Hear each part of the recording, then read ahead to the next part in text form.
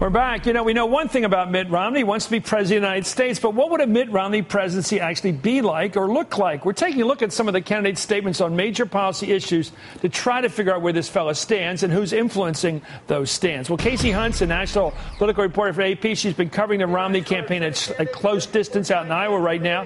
And Ron Reagan's an MSNBC political analyst. But I want you both to look at this. This is yesterday.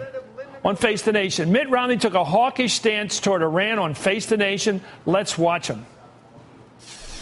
I can assure you, if I'm president, the Iranians will have no question but that I would be willing to take military action if necessary to prevent them from becoming a nuclear threat to the world.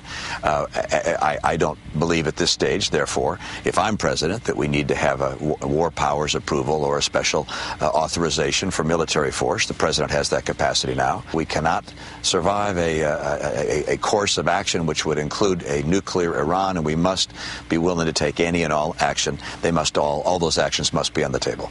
Casey, who's writing this stuff for him? And where's this coming from? He has absolutely no foreign policy experience. He's never been in the military. No one in his entire family history has ever been in the military. And yet his solution automatically is an instinctive, let's go to the military and use armed force. Where's that history come from? Is he just making this up or is somebody writing it for him? Well, I mean, we heard that a lot throughout the primary campaign, of course. You know, Romney has to deal with the fact that President Obama has a record on, for example, Osama bin Laden that makes him hard to assail from the right, the way the Republican Party has been able to in the past. Now, I will say that, you know, Romney's campaign team is very clearly aware that, you know, this is a public that's tired of war. You know, people are tired. We've been in Afghanistan for a decade. People want us to get out. And you see that reflected in how he'll talk about that conflict, which is to say he doesn't have a problem with the U.S. having a timetable for getting out of there, but he is critical of the president's, you know, willingness to publicize that timetable. Let me go to Ron Reagan on that. But first of all, let's take a look at this. I want your reaction to it. Here he is talking about yesterday with Bob Schieffer. He dodged the question on how he planned to deal with revenue. Let's look at this one. We know, Governor, and you've told us you haven't been bashful about telling us where you want to cut taxes. When are you going to tell us where you're going to get the revenue? Which of the deductions are you going to be willing to eliminate? Which of the tax credits are you going to when are you going to be able to tell us that? Well, we'll go through that process with Congress as to which of all the different deductions and exemptions. But do you have any ideas now?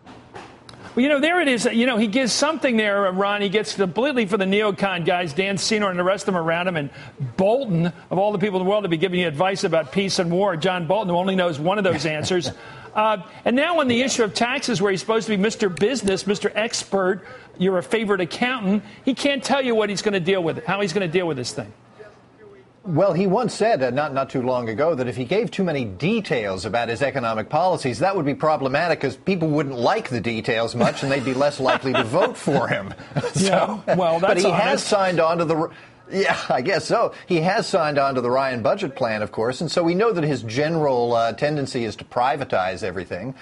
For instance, privatize Medicare. As far as taxes goes, he's not going to raise the rate on the highest earners. We know that. We know he's not going to do that. He's not going to tell you what deductions he's going to come up with because again it just wouldn't sound good if he did. Okay, Casey, I got a last thought with you. He went on Face the Nation. He still won't go and meet the press. That's his call, I guess. But he didn't say anything. Why did he go on a Sunday show if he wasn't going to say anything? And finally.